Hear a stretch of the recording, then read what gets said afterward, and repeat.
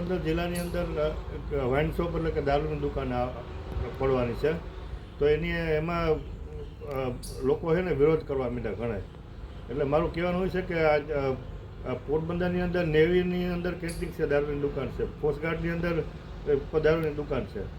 તો આજ 1500 જણા ઓછામાં ઓછા 1500 પરમિટ ધારકો રાજકોટ, જામનગર, જુનાગઢ અને ગીર સોમનાથ જવું પડે, ધક્કા ખાવા પડે.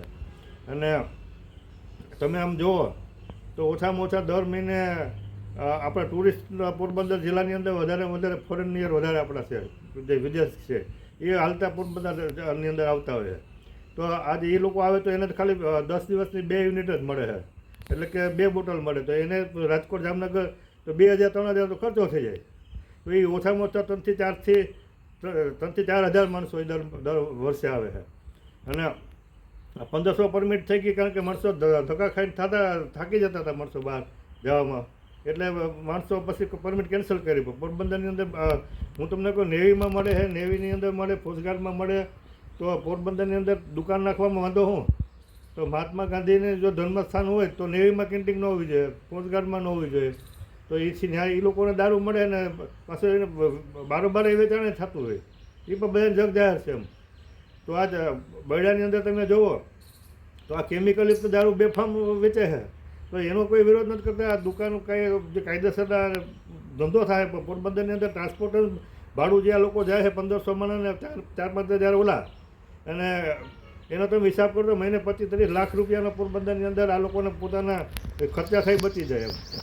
એટલે લોકોને આપણે અપીલ કરીએ, ખોટો વિરોધ રહેવા દો. તમે એને ઘૂમટો દાણો હો ને રાજ કાઢીને પછી તમે દારૂ પીવો હો પાછા ઘણા વિરોધ કરવાવાળા. એટલે આવો ખોટો વિરોધ ન કરવો જોઈએ. અને પરમિટ ધારકોને શાંતિ થઈ જાય ને એને પોરબંદરની અંદર મળે. ને હું તો એટલું સરકારને અપીલ કરું કે અત્યારે કેમિકલ દારૂ પીને આલ્કોહોલિક માણસો થઈ ગયા છે. તો આલ્કોહોલિક માણસોને પણ ફ્રીમાં પરમિટ દઈ દેવી જોઈએ, જેથી કરીને સારો દારૂ પીને 10 વર્ષ વધારે જીવે બિચારો. અને આજ તમે જુઓ પોરબંદરની અંદર એક પરમિટમાં 50,000 રૂપિયાની ઉપર ખર્ચો થાય છે. તો આરોગ્ય એમ કે રોગ નિવારણ સમિતિ બનાવી છે. તો એનો મતલબ શું? એમાં પહેલાં 20,000 થતો હતો, 50,000 કરીને તો પૈસાવાળાને દારૂની પરમિટ કાઢવાની છૂટ છે. તો એને હેલ્થ પરમિટ મળી જાય. આ નાના માણસ બિચારો 50,000 ખર્ચી શકે તો એને પણ 20,000 રૂપિયાની અંદર કરી નાખવાની પણ જરૂર છે. અને જે પીવાનો છે તો પીવાનો જ છે એમ.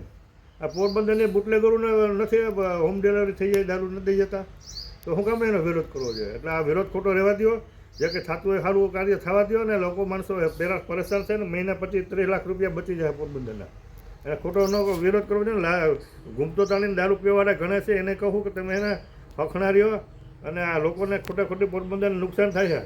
આ નુકસાની બંધ કરો બધા. ભાઈ રામ રામ. મારી સાચી વાત લાગતી તો વિડીયો મારો લાઈક, કમેન્ટ ને શેર કરજો. સાચું હોય તો બધા ભાઈઓને રામ રામ.